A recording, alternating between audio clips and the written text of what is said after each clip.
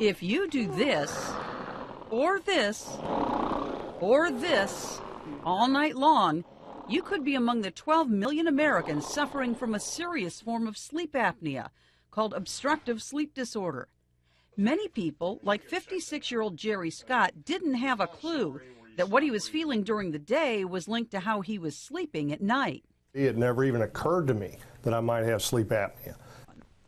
And while those who snore or grind their teeth, called bruxism, are often made fun of, Dr. Klawer says untreated sleep apnea can lead to serious health issues like high blood pressure, stroke, heart failure, irregular heartbeats, and heart attacks, diabetes, depression, worsening of ADHD, and new data showing even Alzheimer's. So Jerry's visit to the dental chair 6 months ago may have saved his life. Dr. Daniel Klawer, who did a mini residency in dental sleep, uses a checklist of health questions, including questions about sleep in his routine dental exams. We see a lot of patients who are suffering from obstructive sleep apnea, narcolepsy, insomnia, and sleep-related bruxism.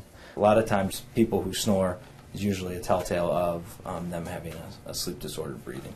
And that's the type of stuff we use to send them off to the physician to get diagnosed.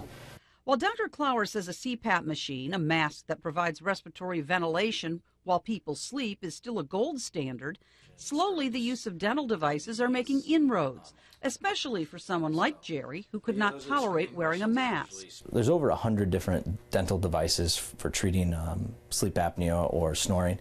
If a doctor determines the dental implant will work just as well as a CPAP machine, Dr. Klawer will do a comprehensive exam, including 3D imaging, to make sure the patient will benefit from a dental device.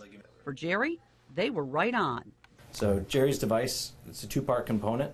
This goes on the top arch, and this goes on the bottom, and it prevents his jaw from sagging back to a position where his airway closes off.